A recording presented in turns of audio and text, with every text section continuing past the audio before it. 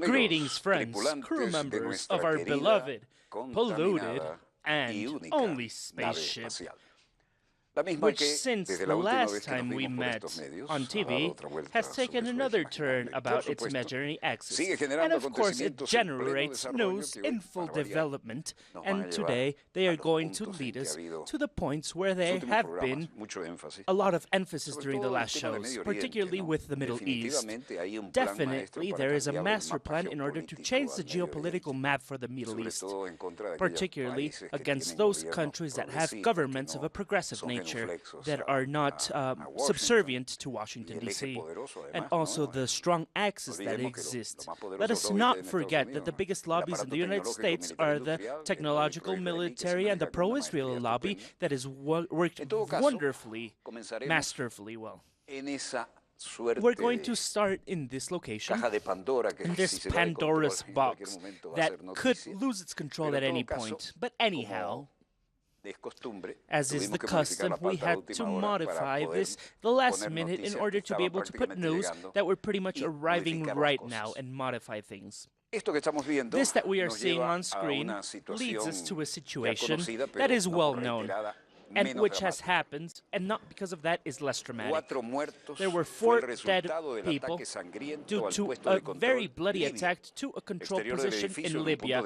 We have a control position where the attack took place. We have blood, shots on the walls. We have bullet holes on the wall that are extremely expressive because of the impact and the depth of the perforation. There we have vehicles that were damaged. Just look at these images. That is a vehicle from the Ministry of the Interior. We have bullet holes in each and every one of those next to the seal. We have bullet holes on the vehicle. We have broken windows. And look at this. It's like if they shot the logo directly. It is an extremely big defiance. And we can see this is in full development. We have vehicles with bullet holes, broken windows. Nistaf Abu Hadar states, first we have to ask for mercy for the souls of the martyrs of this armed attack by an assailant that was eliminated. We have 4 deaths, and God willing, if they are martyrs, they will be. We have various injured people in the hospital where they are being treated in intensive care, and other words are in surgery. And this talks about the tension that is still there. We have police vehicles on scene. We have a reinforcement of all of the patrols everywhere. We have the flag of Libya on the flag mast. We have people waiting because anytime there could be something. Look at this. There's an anti-air missile attack. There's men on the trucks with arms. We have the personnel security that have died. Including them, it has been 4 deaths. They were allegedly militants attacking in Tripoli and Libya, according to officials. We have intensive patrols and tension everywhere. The attack happened in Sliten Homes, in the coastal motorway that leads to Misrata, according to the mayor Sliten Mitat Hamadi. It is thought that the militants of the Islamic State are behind this aggression of the security personnel in the control post, and they were ready for anything. The Syrian crisis is delaying its economy. And in this sense, we are seeing the amount of arms that exist in the Middle East. And what we are seeing is not small things. There's a ton of shots, a ton of bullets, and these are of extremely high caliber. And this naturally leaves a lot to be desired about the efforts that have been done in order to try to maintain a little bit of a status quo, at least, with fundamental elements that are away from every type of relationship from what we are seeing and what we currently have in the information. And this really proves that the tension is huge. We see the petrol pumps. We have the agriculture and petroleum that are the main industries, and they were the most affected. The main areas of petroleum, like the Zorhoms, Al-Sarkah, produce less petroleum than the rest of the usual production, which was very minimum. And the city, in a sense, attempts to try to keep on the regular day-to-day pace, but the proportion of the magnitude of what is happening is of great insecurity that is very evident. Statistics show us that the total export of petroleum dropped from $2.6 billion to 79 million, and they were even below what they did in 2015 in order to have a slow recovery. Look at the perforations from the bullet, even in the national flag. The market areas are very interesting because when Fridays come, are very full. But today, they were not full of people like they usually are. Now, Libya's exchange rate has fallen with regards to the dollar, and the report from 2017 from the United Nations from Development states that 78% of Syria lives under the poverty line. And we have China that are carrying out the adjustments in their tariffs. There is a huge tariff war led by Trump. We have the Forbidden City, the Avenue of Celestial Peace, and the graph shows us the products that have been added to the tariff list from crude oil and China, and they have eliminated certain tariffs as well. The reality is that 333 items are there that are affected. 114 were proposed in the draft list, and this is not ending. It is a war that has been started by Trump with his tariffs because he could not compete with quality and quantity and precision, and he tried to break the free market scheme and become a protectionist president. Pharmaceutical automatized things are in progress. We have container trucks.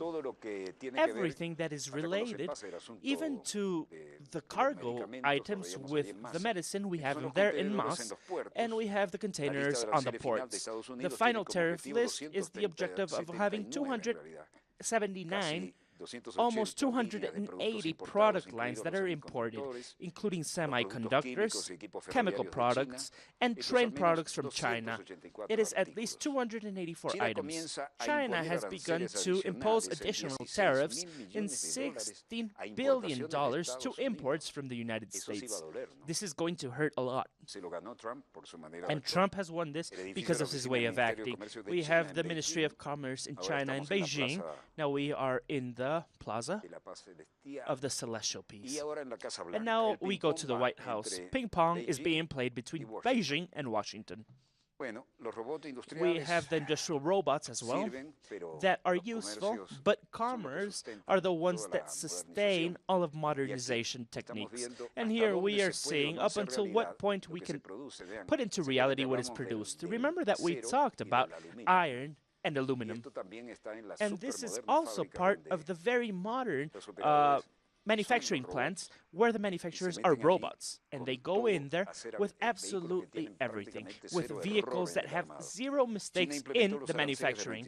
China placed 25% of tariffs and an import list of 16 billion American dollars, starting from Thursday, their time.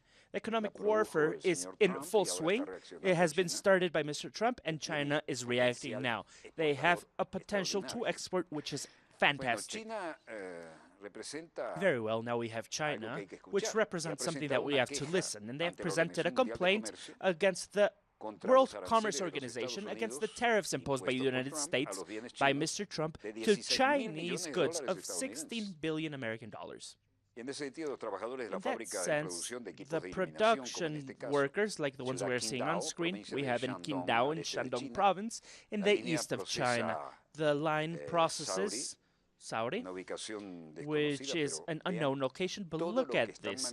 Everything that they are handling for exports, which goes from technical aspects to seafood.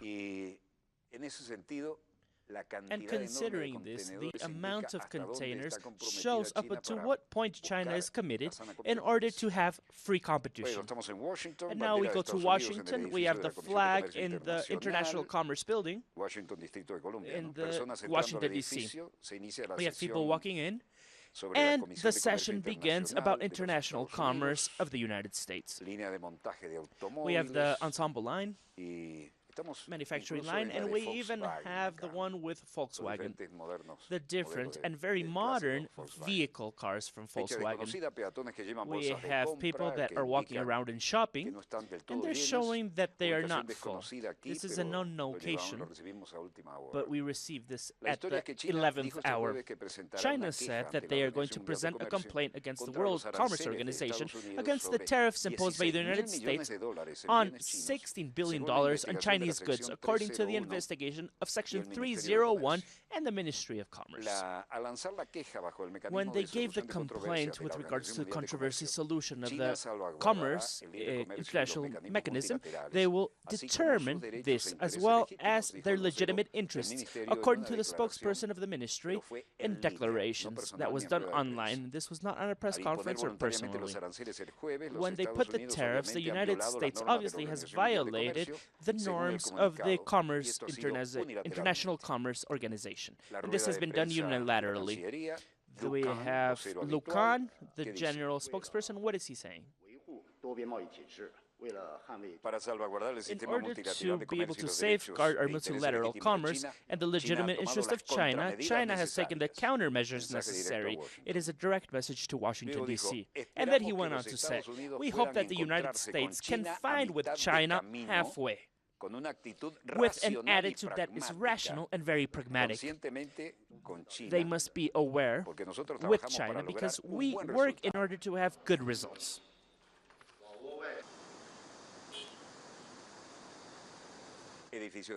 We have the building of the Foreign Office, and we have a flag. Both parts put punitive tariffs, 25% for $16 billion. Obviously, we are in Moscow. It is the Kremlin, which is fantastic, and we have the national Russian flag. Washington is also playing ping pong with Russia. And Vyacheslav Kolovkov, chief of the organisms of international economy in the International Studies Center, stated the following: we go against using American dollars in commercial agreements. This will hit American economy. This is our response to the sanctions placed by the United States, and we will continue using this mechanism in the future. This result is what we tried to find and what United States brought upon themselves. The only thing he was missing was to directly mention Trump.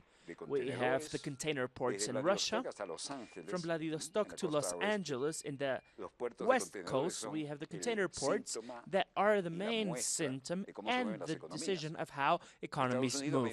United States, through the substitution of the American dollar on behalf of Russia and other important economies that are leaving the sphere of the Green Bill. And there are very important decisions being taken in this ping-pong match. In this sanction will limit the imports to Russia for technology items for Russia that are considered sensible and sensitive to the importance of the United States. Here we have Vladimir Putin, who's meeting with Vladimir from Finland. And this is due because Russia wants to improve their military aspects due to the NATO positions. Putin has stated, we are not advancing our troops to somewhere that is very far away from our borders towards the NATO countries.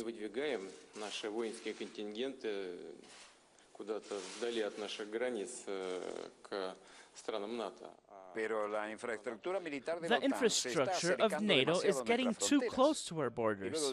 And then he went on to say, of course we have to remain vigilant with regards to what's happening in the Russian border. He always stops in order for them to translate for him. And we continue in the wider spectrum to be able to strengthen our structures. We have to react with regards to the elements established by the United States and their anti-missile system that appears to be very close to our border now. As I said before, we are very happy what the president from Finland has said in order to de-escalate tensions in the Baltic regions, particularly the use of combat planes. We are ready to discuss with the partners of NATO, but they do not want to do so.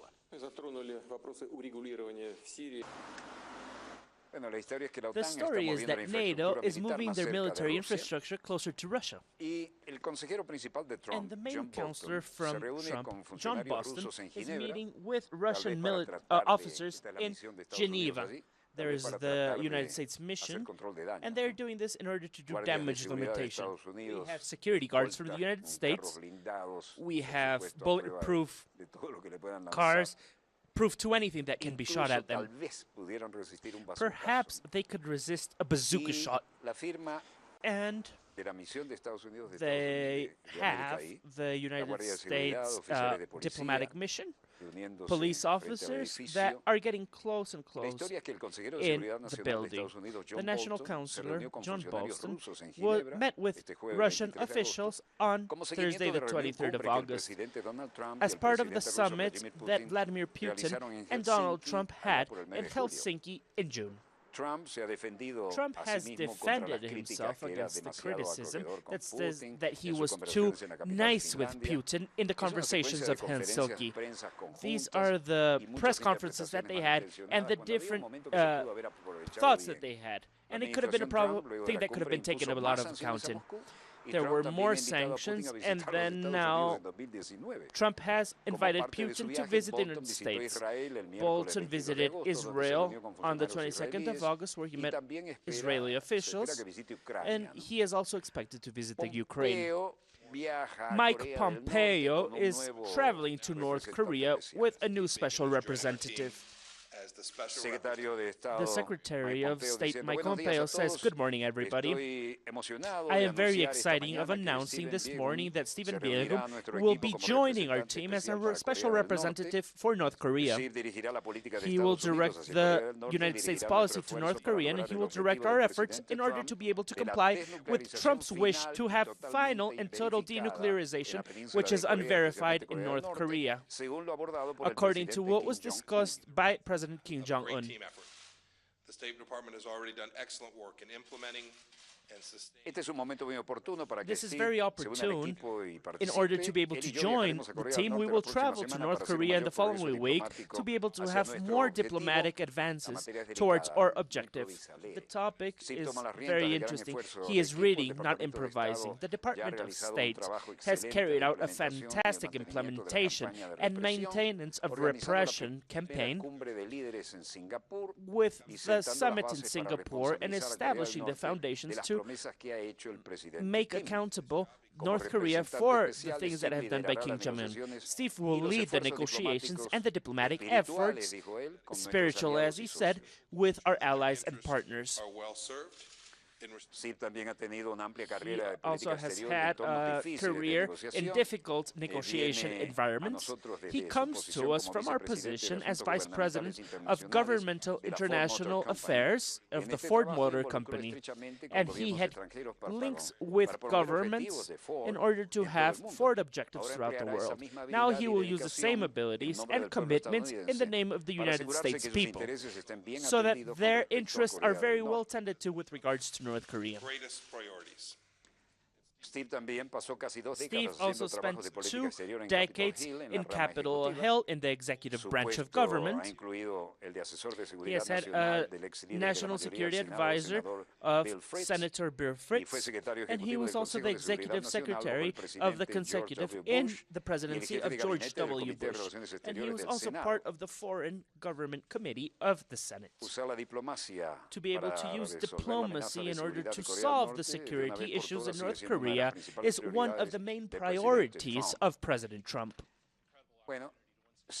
Very well, Sip Begum states, thank you very much, dear Secretary. I want to begin by thanking you and the President for having entrusted me with this fantastic opportunity to serve our great nation. From all of us in achieving a more peaceful world. I understand the importance of this job. You, the President, and the people expect from us to have a more peaceful world. The problems are difficult, and they will be difficult to solve, but the President has created an openness, and it's something that we have to take full advantage of in order to be able to carry out a mission of a peaceful world for the North Korean population. Denuclearization of North Korea.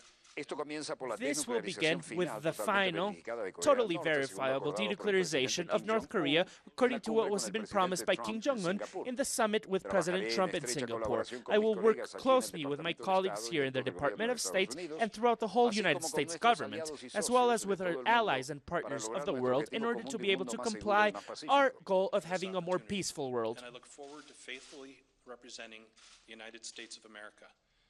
Mr. Secretary, I will give you and the American people my very best. Thank you. Once again, I am very proud to be here, and I will give my absolute best for you and for the American people. Thank you very much.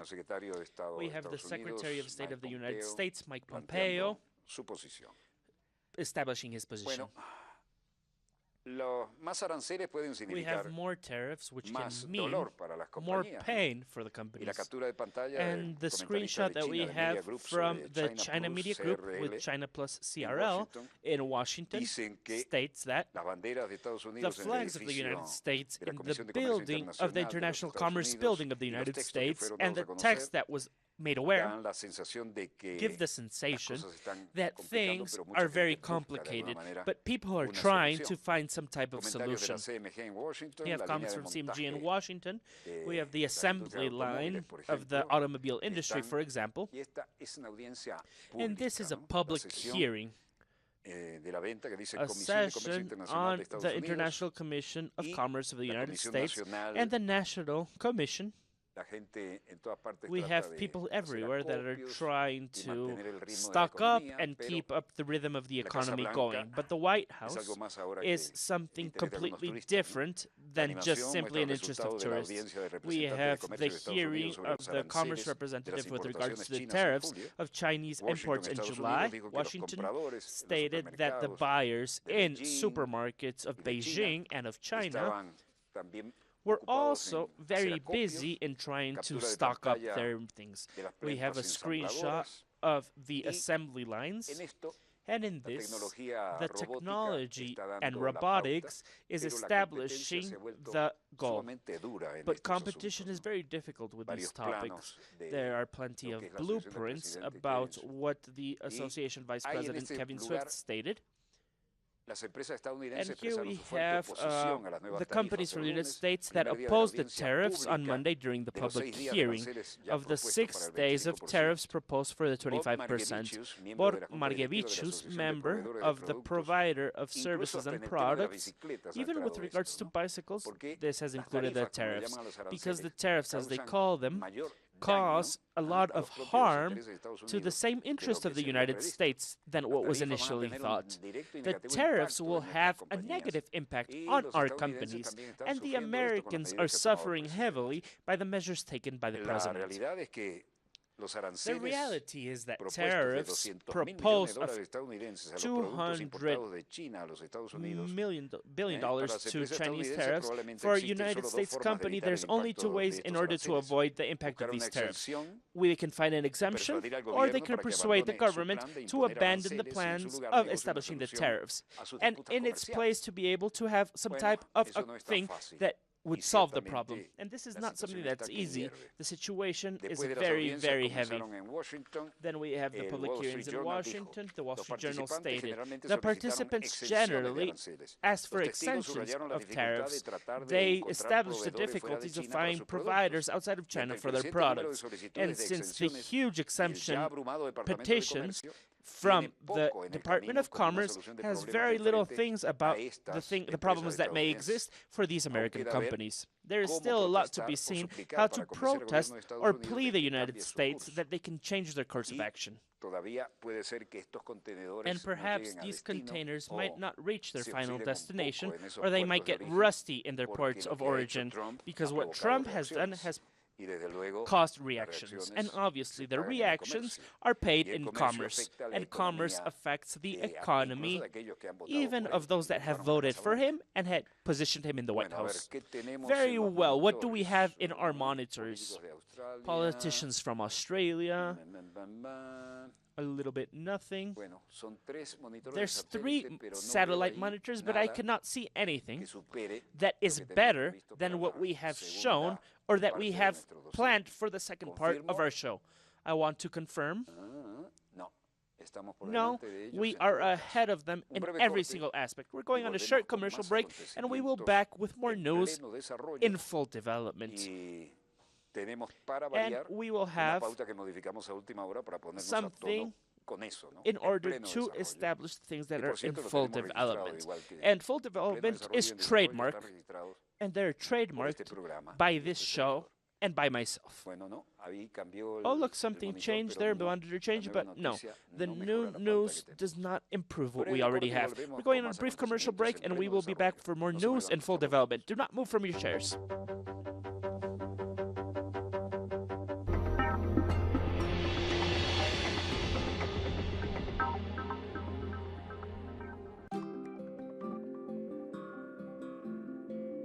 In South America and the Caribbean, we face challenges, looking for ways of contributing to solutions to the nations.